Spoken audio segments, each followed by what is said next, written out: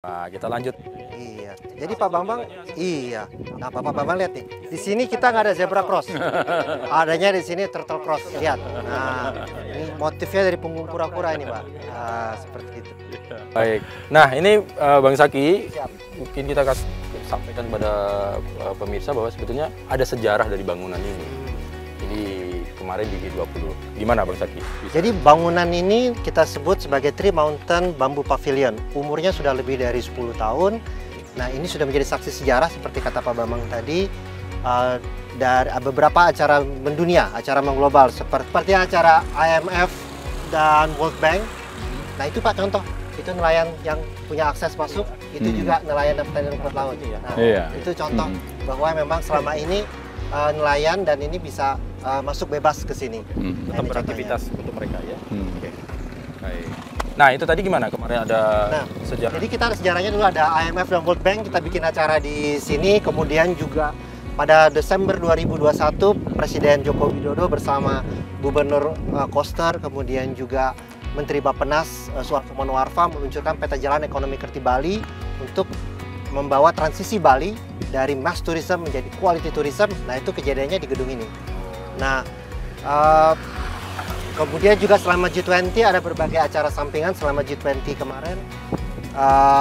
Juga kita laksanakan ini, salah satunya pertemuan dengan Menteri Special Envoy dari Amerika John Kerry membahas mengenai transisi energi. Ya, melengkapi apa yang disampaikan oleh Zaki tadi, mengapa yang disebut Tree Mountains? Karena ini menggambarkan 3 gunung yang ada di Bali. Ya, Gunung Batur, Gunung Abang, dan Gunung Agung. Kemudian 3 ini juga adalah manifestasi dari Trihitakarana. Nah, inilah mengapa disebut ini adalah pavilion 3 gunung atau Tree Mountains. Full filosofi. Oh, sangat filosofi semua Bali di banget. sini ada filosofinya, ada alasannya. Dan ujung-ujungnya apa? Ke sustainable. Sustainable. Nah, ini kita mau bahas sustainable. Ini apa yang banyak masyarakat sudah pengen mengetahui. Sekarang sudah boleh dikatakan salah satunya semua berhubungan dengan sustainable. Sustainable. Termasuk pariwisata Bali ke depan mengarah mulai sekarang ke sustainable. Mungkin sedikit singkat aja Bang, apa yang bisa di-share tentang sustainable pariwisata kita, tourism kita ini seperti apa sih? Jadi pariwisata masa depan itu yang sudah dimulai sekarang adalah pariwisata berkelanjutan.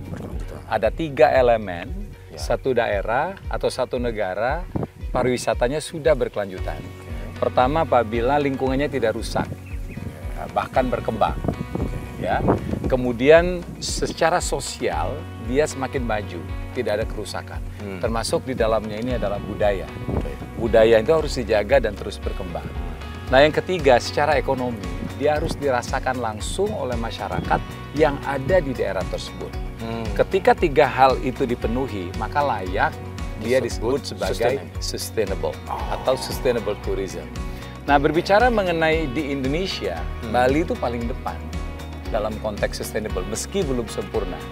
Ya, karena di sini tidak ada terjadi pengerusakan alam yang besar-besaran, masif. Ya, yang masif.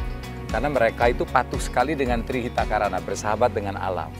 Yang kedua, budayanya itu terjaga di sini. Karena masyarakat Bali dan pemerintahnya sadar betul yang dijual dari Bali itu adalah budayanya, sehingga budayanya harus dijaga. Nah, yang ketiga, ekonomi kerakyatan. Ya, masyarakat harus merasakan betul manfaat dari pariwisata, dan itu sudah berlangsung ratusan tahun di sini. Masyarakat bisa hidup secara ekonomi karena ditopang oleh pariwisata.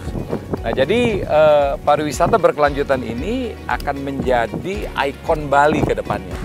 Nah, untuk itu kita dukung kebijakan-kebijakan baru yang mungkin tidak populer bagi masyarakat, tapi itulah upaya dari pemerintah Bali untuk menjadikan pariwisata Bali ini sustainable, kemudian transisi dari massal menuju ke quality tourism. Nah, kalau hubungannya dengan ini kan Provinsi Bali punya undang-undang tersendiri kemarin, bulan Juni sudah ditetapkan. Kemudian salah satunya adalah bentuk perda, kalau kami mempelajari itu ada pungutan, bukan pungutan, apa ya, donasi ya, bahasanya ada 150.000 itu nanti akan diterapkan tahun depan, Februari. Bagaimana kalau pandangan terkait dengan sustainable? Ada ininya? Sebenarnya Bali itu terlambat. Karena banyak negara yang hidup dari pariwisata sudah mengenakan pajak tourism. Ya, apa yang disebut dengan tourism levy. Misalnya tuh pariwisata di New Zealand, itu setiap orang kena $30. Pada waktu masuk, Pada sudah waktu masuk dia harus bayar itu dipotong. 300.000. Disebut dengan pajak tourism. Untuk apa? Untuk kebersihan.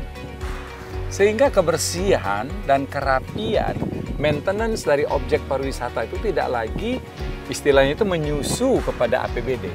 Dia sudah punya dana sendiri. Jadi itu adalah satu kebijakan yang meski terlambat, ya, harus kita Tapi dukung. harus kita jalankan. Ya, jadi lebih bagus terlambat daripada tidak sama sekali. Oleh karena itu pada waktu saya berbincang dengan Gubernur Koster, ya, sebelum itu diterapkan, saya banyak memberikan masukan, Insight. dan saya dukung betul kebijakan ini. Oke. Jadi memang uang itu bisa secara mandiri oleh pemerintah daerah ya? Iya. Untuk infrastruktur, Kebanyakan buat kebersihan. kebersihan juga. Kebersihan dan kerapian infrastruktur pariwisata. Wah. Toilet misalnya ya, Iya, danau, benar. sungai ya, Iya, itu harus iya. bersih gitu. Kalau di sini pura, itu bisa ngambil dananya dari sana. Oke. Gunung ya. Iya. Wah, keren. Baik. Nah, kalau kita berbicara tentang kura-kura Bali ke depan. Ya. Dalam 3 tahun ke depan, tadi kita sudah sampaikan bahwa kita akan membangun marina, sekolah interkultural, kemudian juga pusat perbelanjaan. Jadi itu juga sekarang ini banyak orang dari Indonesia suka just tip gitu keluar, itu jadi devisa kita bocor gitu Pak. Jadi kan pada belanja entah dia ke Johor Bahru, ke Jepang atau ke outlet gitu kan, premium outlet, nanti kita bikin juga ada di sini. Nah itu dalam 3 tahun itu kita harus selesai. Perkampungan nelayan ya. Perkampungan nelayan, Fisherman's Fisherman Wharf. Wharf. Jadi itu Iya. jadi kayak konsep kayak Tsukiji, jadi ada kayak pasar ikan, tapi juga ada restoran-restoran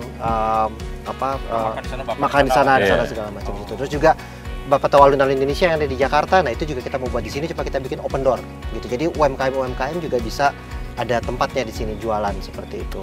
Dan tadi akan ada hotel, resort, villa dan seterusnya. Nah itu yang di tahap 1. Yang di tahap berikutnya tadi ada teknologi park dan juga ada pusat untuk health dan wellness. Jadi kita saling melengkapi dengan KEK Sanur juga dengan ekosistem yang ada di Denpasar dan Bali pada umumnya. Dan ini semua kita lakukan dengan proyeksi akan memberi multiplier effect terhadap ekonomi Bali itu sendiri.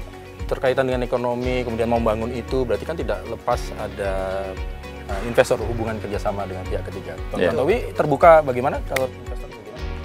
Ya, setiap investasi, ini kan investasi nih, kita membutuhkan investor-investor lain ya untuk percepatan dari pembangunan proyek tersebut.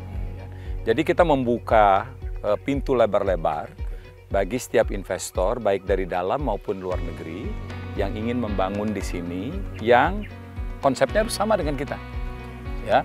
Jadi kita selektif dalam hal ini. Kita butuh investasi, tapi investasi itu harus selaras dengan peta jalan pembangunan Pulau Kura-Kura ini. Oke. Jadi terbuka ya, jadi kita sangat open. Ya. Justru kita memang mandatnya adalah harus menarik investor dari luar maupun dalam negeri untuk menanamkan modalnya di sini.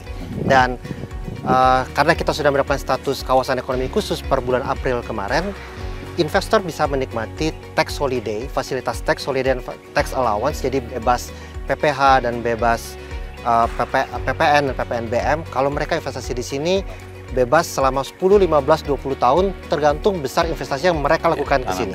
Seperti itu. Terakhir nih Bang Tantowi sebagai komisaris utama Kura-Kura Bali, apa yang ingin disampaikan kepada masyarakat Bali? Ya. Apa harapan ke depan, singkat saja, silakan. Ya. Kura-Kura Bali ini didesain untuk menjadi penyedia lapangan pekerjaan bagi masyarakat Bali, khususnya yang berdampingan dengan kami. Dalam hal ini Desa Serangan. Ya.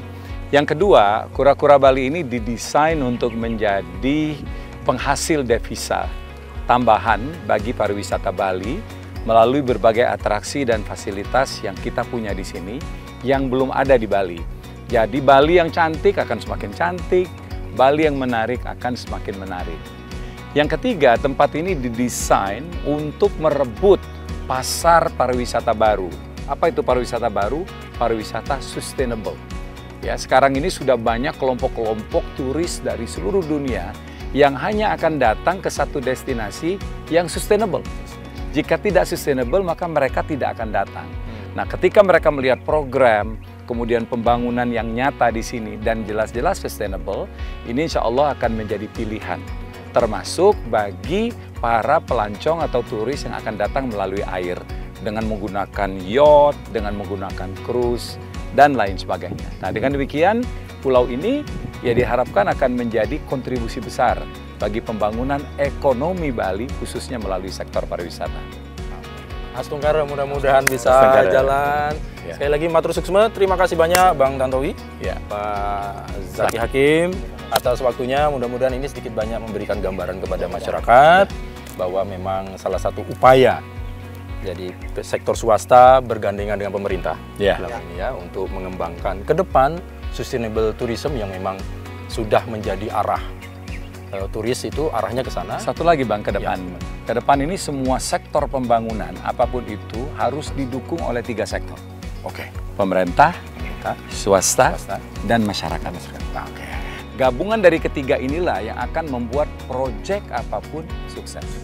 Ketika salah satunya absen, maka akan terjadi perlambatan ya, dalam pembangunan. Tambahan juga, ya salah satu contoh konkretnya adalah kita bekerja sama dengan Kura-Kura Bali bekerja sama dengan Bappenas, Bapeda Provinsi dan Bapeda Kota untuk membuat yang disebut Master Plan Pengembangan Desa Wisata Serangan.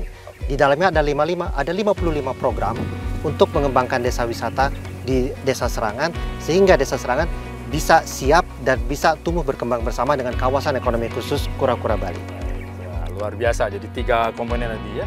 Sekali lagi, matur semua, terima kasih banyak para narasumber kami. Wali. Saudara, demikian tadi Sapa Redaksi bersama dengan manajemen dari Kura-Kura Bali. Sedikit banyak, mudah-mudahan ini menjawab berbagai macam pertanyaan dari masyarakat terkait proyek sustainable tourism yang menjadi salah satu ikon dan nanti akan menjadi pilot project lah boleh dikatakan ya.